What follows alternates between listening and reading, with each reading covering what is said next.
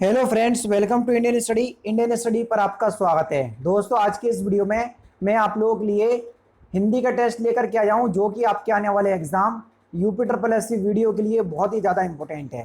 Video को and तक जरूर देखिएगा, क्योंकि लास्ट में मैं आपसे क्वेश्चन ही पूछूंगा और उसका आंसर आपको कमेंट बॉक्स में बताना होगा।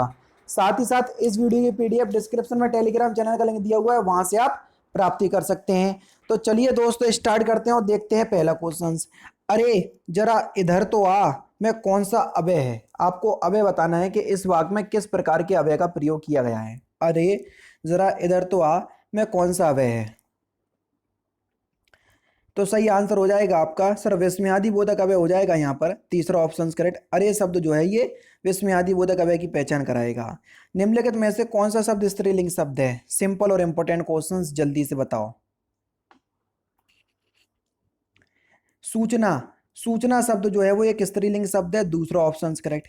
अंगीठी का तत्सम शब्द क्या है, जल्दी बताओ। अंगीठी का तत्सम शब्द क्या है। सिंपल और इंपॉर्टेंट क्वेश्चंस, जल्दी से बता दीजिए। सो सही आंसर हो जाएगा आपका अग्निष्ठ का। तीसरा ऑप्शन करेक्ट। निम्नलिखित में से कौन सा तद्भव शब्द है, जल्दी बताओ। सूरज एक तद्भव शब्द का उदाहरण है।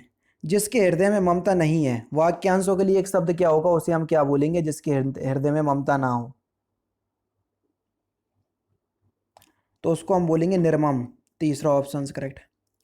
अनेक युगों से चले आने वाले, इस वाक्यांश के लिए एक उपयुक्त शब्द क्या होगा जो अनेक युगों से चले आने वाला हो, उसको हम क्या बोलेंगे वाक्यांशों के लिए एक शब्द में। सनातन बोलेंगे। चौथा ऑप्शन करेक्ट। 7 से 8 में आपको शुद्ध वर्तनी बतानी है, देख लो भैया। क्वेश्चन नंबर 7 में शुद्ध वर्तनी क्या है।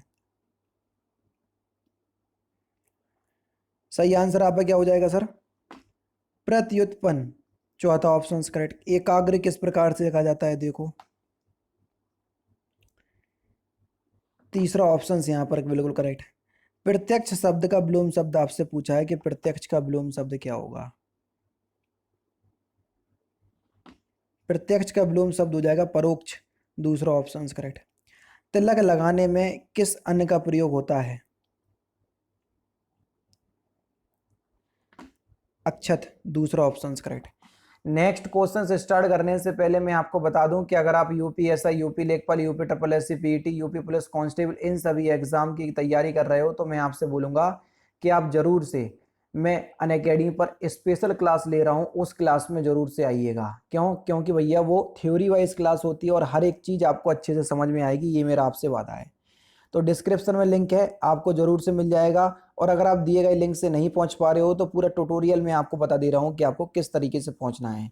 उससे पहले एक बात और जान लो कि यूपी लेखपाल, UP triple S C, PET, UP police constable इन सभी के कोर्स जो है वो अनअकैडमी के प्लस प्लेटफॉर्म पर चल रहे हैं और बहुत ही मिनिमम प्राइस में आपको प्रोवाइड करवाए जा रहे हैं। और उस पर भी अगर आप 30% का डिस्काउंट चाहते हो, तो इंडियन स्टडी कोड अप्लाई कर देना, जो अपने चैनल का नाम है क्या, इंडियन स्टडी। बस एक बात ध्यान रखना, ये जो इंडियन स्टडी अप्लाई करना है वो विदाउट स्पेस अप्लाई करना है, स्पेस नहीं देना है, ठीक है।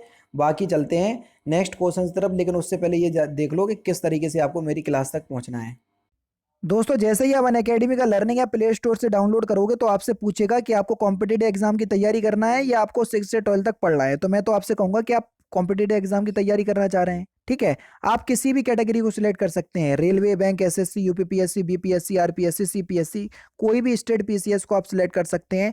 जिस भी कैटेगरी को आप सिलेक्ट करना चाहें, आप उसको सिलेक्ट कर सकते हैं, ठीक है। जैसे मैं आपको यूपीएससी सीएससी कैटेगरी चूज कर लेता हूं, मैंने चूज कर लिया। हिंदी में मुझे पढ़ना है तो मैंने इसको चूज कर लिया, ठीक है। किस भी एग्जाम के लिए प्रिपरेशन कर रहे हैं, हमने आगे बढ़ गए, ठीक है।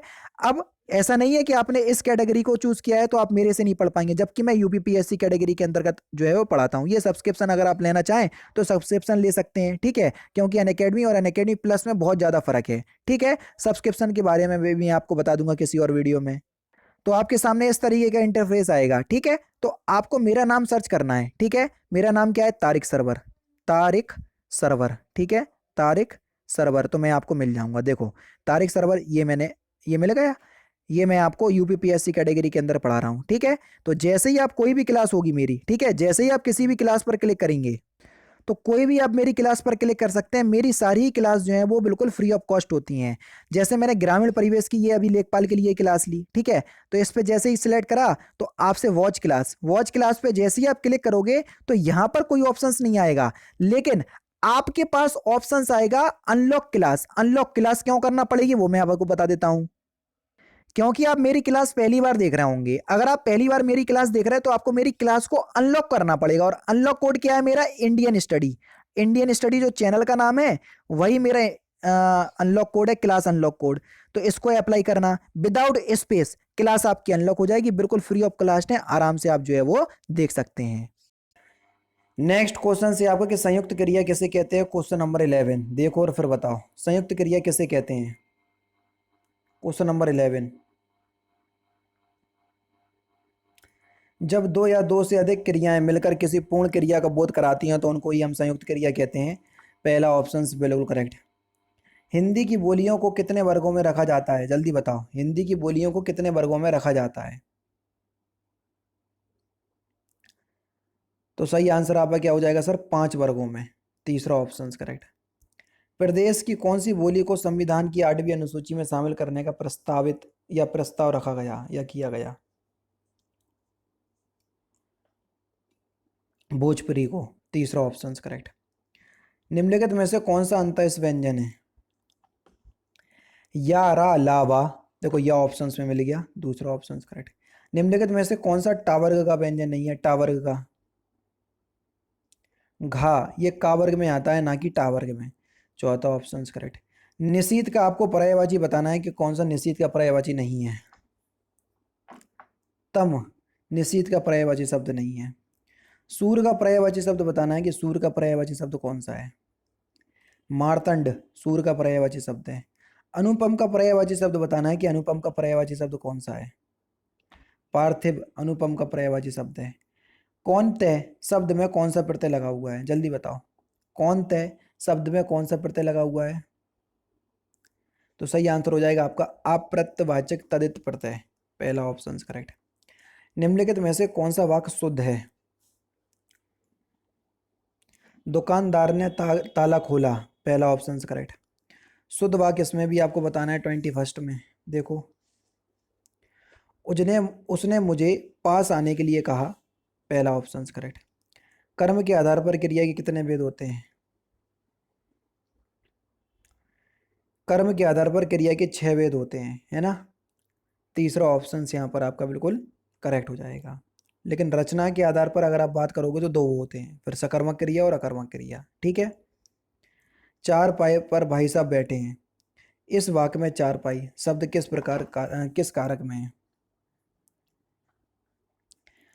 तो चार पाई पर, ठीक है, अधिकरण में यहाँ पर, तो अधिकरण अधिकरण कारक में आपको देखने को मिलेगा। तीसरा ऑप्शन करेक्ट।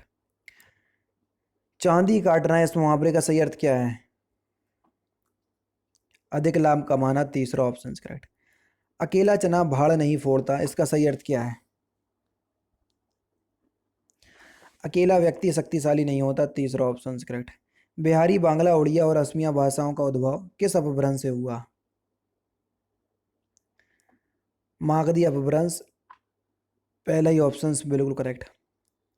अर्धमागधी अपभ्रंश से किसका विकास हुआ?